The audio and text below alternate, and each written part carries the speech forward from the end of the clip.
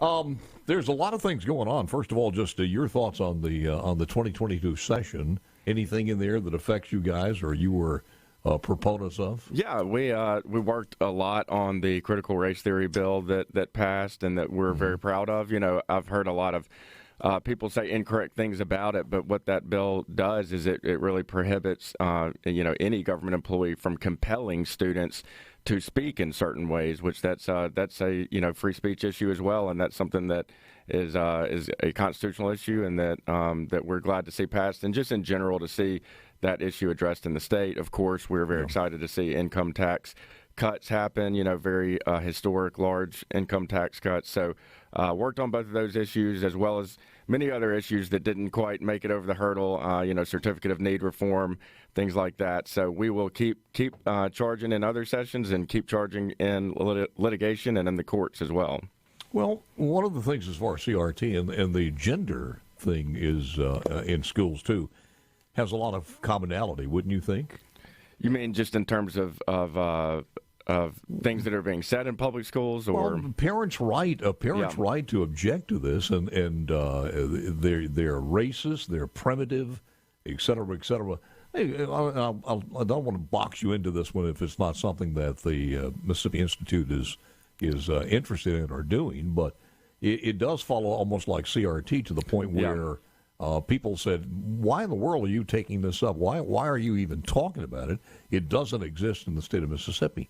Even if it didn't exist, it's need to be proactive on it. There is a need. Secondly, I think in some forms of fashion, it does exist, and it has existed. But as far as the agenda, there was a little bit of a soundbite I want to squeeze in here from Chris Wallace over at that foreign network, and he was talking to Ms. Saki. Don't parents have a right to have concern? I mean, we're talking specifically here about teaching about sex in kindergarten through third grade. I have to say, as a parent, I would have problems with that. But the law is not about teaching sex education. It's about teaching about gender identity.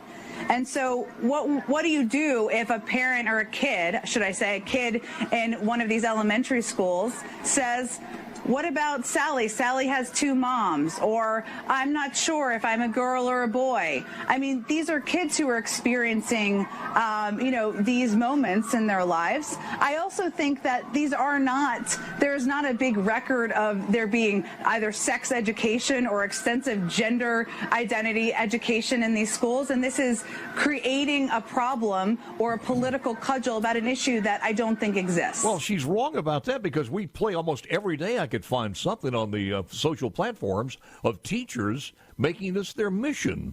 Now, first of all, how many kids who are 5 years old are going to go up there and say, you know what, I don't think, Ms. Johnson, that I'm a boy. I really feel like I'm a girl. Yeah, I don't think that's historically been something we've seen from a lot of 5-year-olds. I mean, you would think without some prompting that wouldn't be going on.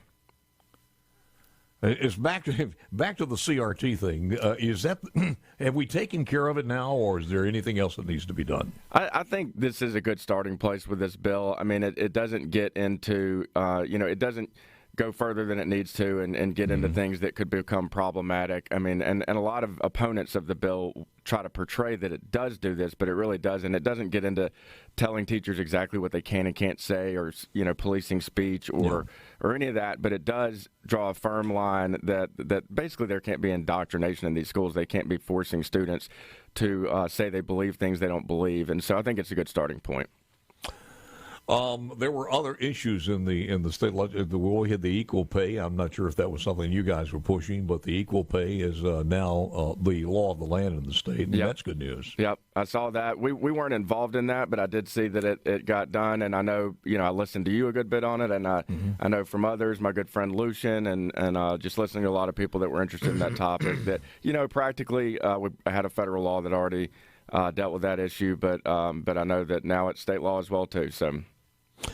You guys have been very successful on the abridgment of over-oppressive rules and regulations in the state of Mississippi. And we've had some that have been almost comical enough to be called blue laws. But speak to that. Yeah, well, so, we actually just had one, and you said comical. I think this one really is comical. We have a case that we just got a big win on, and I'd say we are trimming some fat out of the regulatory state in Mississippi. we have a client, her name is Donna Harris, who is she got a degree in nutrition and food science and also a master's in occupational therapy. But anyway, fast forward to 2 years ago, she was teaching a group fitness class in Madison, Mississippi, and decided to start offering a weight loss class on top of that.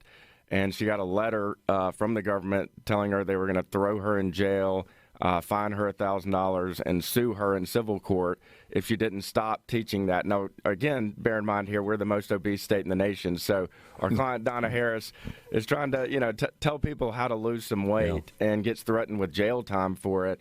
The government said that she had to be a licensed dietitian to do that.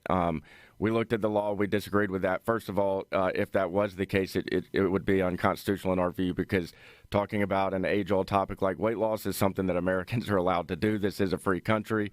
And on top of that, though, the Mississippi law that was at issue had already said that people could provide general nutrition information. It didn't define that, but we took the position that that's exactly what the legislature intended to allow. Was what our client was doing, was not trying to treat medical conditions. But look, Paul, I mean, you've seen this. You can pick up any book, get on the internet, get on social media. You'll see advice and tips on how to lose weight. It's ubiquitous throughout the state of Mississippi and throughout the nation and the world. And to throw someone in jail for that is absurd. I think it is. The only way that would not be absurd, and I'm playing devil's advocate on here, Aaron Rice is my guess, is if they went out of the norms and chose some kind of radical diet plan that may have been injurious to the people who are paying them and thinking that they are an expert in that area. If you've adopted some diet plan that's there, it is comical. But what agency wrote that letter? So it was the Department of Health. I mean, as you probably know, there are lots of different divisions, licensing divisions, and all of that within the department. It's a large department, so I don't. Dr. Dobbs actually got involved and rescinded that cease and desist letter after we filed this lawsuit. But then, of course, we continue to litigate this just to clarify the issue. But I don't blame the department. I think that, like I said, you can't blame them. That's the law of the land that they were doing. There was an interpretation. Yeah, I mean, you could say one way or the other. There was how the law was interpreted that we thought was incorrect. But even if they were correctly interpreting the law, then our position was that would be an unconstitutional law. So now that is, as far as the law is concerned, is there a law on the books that needs to be rescinded, or was that just a rule from the Department of Health? Yeah, it was a state law that was then also interpreted by the Department of Health through their regulations. So let me skip to the chase here. We resolved this with the Department of Health and their attorneys. We've negotiated that for a very long time. It took a while with the pandemic and everything else that was going on, but we got some new language into the state regulations that makes it crystal clear that people like our client Donna Harris can do what they're doing. So you can be a weight loss coach in Mississippi or a holistic health person in Mississippi, so you can provide education, training, encouragement, motivation, one-on-one tips, all of that. As long as you are talking about weight loss and you're not claiming to be a licensed dietitian, you're not claiming to treat a medical condition, you can now do that in the state of Mississippi. Anybody can. So we're very excited about that. Is that mandatory that you have to post that if it's a place of business, that you are not a dietitian? It's not mandatory that you do. Our client had done that before she got in trouble here with the department. But basically, you cannot claim that you are. It might be smart of you to post a disclaimer somewhere if you have a website or something like that. But no, you're not required to. You can open this up as a commercial venture at bricks and mortar, or do it in your home. You can do it however you want. There's no laws in this regulation. So of course you'd have to comply with any local. If you're in the city of Madison, business license. Yeah, their business rules. But no, there's nothing in this statute that says how you can or can't do it. So again, just to define the parameters of this. Now, if you want, we talk about a weight loss. Weight loss, where you come in, adhere to a diet. Or diets, and then you are weighed in. You don't need a license for that. That's right. So the three components here, and really it's weight loss is a big one, but they also include some other general health. But the three things are. Don't claim to be a licensed dietitian. Don't claim to treat a medical condition, and if you're not doing those two things, then you can provide just general weight loss and health information. So if you've got a yoga class, you could add this to it. That's right. without any additional license being needed. Absolutely, and that's a big step forward for people in our state who want to be able to earn a living and use the knowledge they have. I got you. Yep. Well, kudos to you for that, Thank sir. you. Aaron Rice got more coming up. We'll talk about it. And back with Aaron Rice, Director, Mississippi Justice Institute. I think our dads all came in, baby boomer dads all were stamped out of the same mold, I swear. I hear one of those things and I said, yep, Perez, you and I both will say that. He's right on, man. That's it. Exactly. We have a couple of people asking, well, actually more than that, recap those 3 things that you would suggest if they did want to put their yoga class with the weight loss class. Yeah, basically it's just 2 things. You don't claim to be a licensed dietitian or a registered dietitian, and do not attempt to treat a medical condition. So if you are not doing either of those 2 things, then it's legal for you to provide individualized weight loss advice in the state of Mississippi. You can encourage somebody and offer them guidance and motivation and all the things that weight loss coaches like to do. Just don't call yourself a licensed dietitian and do not attempt to treat a medical condition. And that medical condition, do not attempt to treat as a veterinarian either if you're doing goat yoga. So either one of you. Yeah. Which I'm not even sure that's still popular, but boy, it took the world by storm there for a while. I remember as far as goat yoga. Yeah, so. very strange. All right, so I know you guys are involved in a lot of other things here, and if we squeeze in a couple of other ones, let's go with it. Yeah, well, I mean, so as you know, we always kind of have this problem because some of the things that we're working on that we that have coming up, we try to keep under wraps. But I'll tell you too, let's start with just an update on an existing case that I've been here to talk about before. Is our certificate of need case. We've got a case where we're challenging the state certificate of need laws. And you may remember that. We've got a client. His name is Butch. Absolutely. Yeah, Butch Slaughter. He wants to open a home health agency in the state of Mississippi. And if you can believe it or not, we've got 2 things that stop him from doing that. Number one. First of all, define what a home health agency is. Yeah, it's exactly what it sounds like. It's people that come into your home and provide medical care. Now, this is under state law. It's pretty limited kind of medical care they can do, so they're not coming in here and doing open heart surgery on you, of course.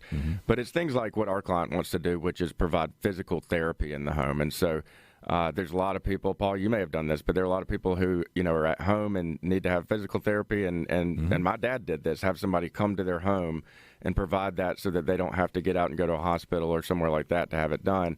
And so that's all he wants to do. He has had a physical therapy clinic for a long time. During COVID, a lot less patients were coming in. So he saw a need, and he also has a lot of, kind of elderly patients that it's hard for them to get out. So he wants to be able to go into their home and do this. All right, now hold on. Yep. So he is a licensed practical or physical therapist. Absolutely. He does have a business and a business license. Absolutely. But all he wants to do is make a house call, basically, is it. Exactly. So if you want to set up to where you can go do this in the home, you need a new license. You need to become a licensed home health You're talking agency. About their home, not his home. Their home, exactly. Okay. Yes. All right. Go to the patient in their home, provide the care, and to do that, you need to become a licensed home health agency.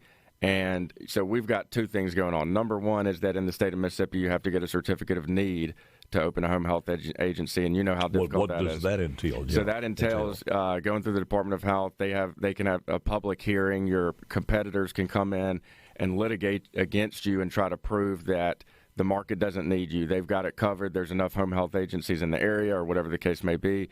And if they lose, they can appeal, and they can keep you tied up in court for years. You can spend hundreds of thousands of dollars or more. So the litigation cost is just it doesn't make it profitable. Very much. But there is, in this particular case, there is nobody doing that now? Yeah, so number one, you would have to do that normally. Number two, we've had a law in Mississippi for the last 40 years that says nobody can apply for a certificate of need to open a home health agency. We put a moratorium on that 40 years ago. You know the reason for that? The reason, as I understand it from investigating it, is that the existing home health agencies didn't want any more competition, and the legislature went along with it. So this has been in place for 40 years. Nobody's been allowed to get into this business for 40 years, and our client wants to. He's the first person to ever file a legal challenge saying this is unconstitutional. You can't just keep me out of work. Just because somebody asked me, I think I may have mentioned this a long time ago, but it bears just repeating again. And again, it was on the air many, many years ago, and I asked, I said, what was the original intent of this? And then since that time, I've heard a couple of different explanations, but the one that seems to be the most logical is we had a lot of county hospitals, city hospitals, and at some juncture when some of them began to grow, whether it was in the Jackson market or any other markets that were rather adding population, private sectors wanted to come in, and then that was stopped. I'm not sure if that's true or not, but it does seem to make sense when you see exactly what they've done over the years. Yeah, the evolution on it has changed a lot. I mean, it started out originally thinking that competition was going to be bad and destructive for the health industry in general, and especially when you're talking about large expenditures for things like hospitals. And so the government thought, look, we're paying a lot for Medicare, Medicaid. We need to keep these guys from spending too much on their hospitals and their care and then charging us too much. And when they get into this frenzy of competition with each other, they start building too much, buying too much, and we don't want them to do that. And so that's how it started. Now, I will tell you later on, after it had already gotten started, some government entities thought that what you're describing, it might help there too. So, for example, if you've got a rural area and you're trying to entice a hospital to come in, you might be able to say, hey, we'll sweeten the pot here and tell you that we'll keep any competitors from coming out of this rural area. If you come in, we'll protect you. And so that was a rationale at one point too, that, like I said, the thinking has really evolved, or the rationales have evolved over the years. But, one thing you can say is that several things. There's been 40 years of study on this. At this point, it's pretty one-sided now that none of those things really help. So certificates of need don't help in the ways that people had thought they might help. But number two, especially in this case, we're not talking about somebody building a multi-million-dollar hospital. We're talking about one guy who wants to get in his car and go into somebody's house. By definition, he doesn't have to build anything to do that. And so it's really, even if you thought that the certificate of need laws may make sense in certain contexts, it would make absolutely no sense in this context to say, hey, here's a guy who's not trying to build a hospital. He's trying to come to your home and provide a house call, essentially. And he can't do that. Why? And that's what our law says in Mississippi. Could a doctor do that? Make a house call today? So a doctor, individually, it's a little tricky to answer this. The answer is no, in the sense that they could not start a home health agency and do it in a profitable way. Now, if a doctor wants to not have a home health agency but needs to come to your home on his own and not use any support staff or any of the other things that would go along with a home health agency, they can legally come see you, but they really can't set their business up in a way that makes that profitable for them to regularly offer house calls. And certainly couldn't advertise that as part of the amenity of that agency. Exactly. I got you. Yeah. I got you. Do other states have this as far as the con? All other states have cons? No, they don't. So it's an interesting evolution there too. So it started with 49 states went along with it. The federal government kind of made the states do this or enticed them to do it. 49 states went along. Later, Louisiana was the holdout. Later, it went along too. So basically, all 50 went along at some point or another.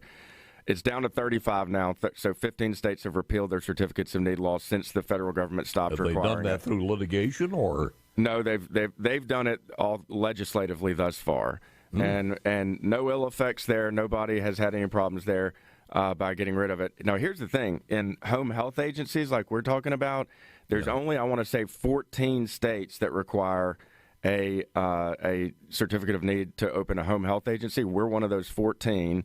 And then on top of that, there's only one other state that has a moratorium on opening home health agencies like we do. So we're one of two. And honestly, the other one has had a very short-lived moratorium while they try to make some other reforms. That's why we're the only state in the nation that has had a 40-year ban on opening home health agencies. I mean, we're the worst of the worst in the entire U.S. when it comes to certificates of need and home health.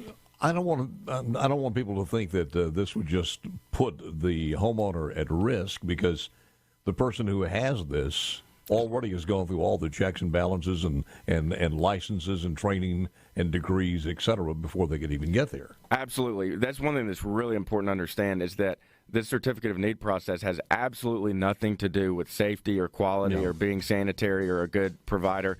There's licensing laws that deal with that we're not challenging here, that, you should get a license to be a physical therapist. You should get a license to open a home health agency.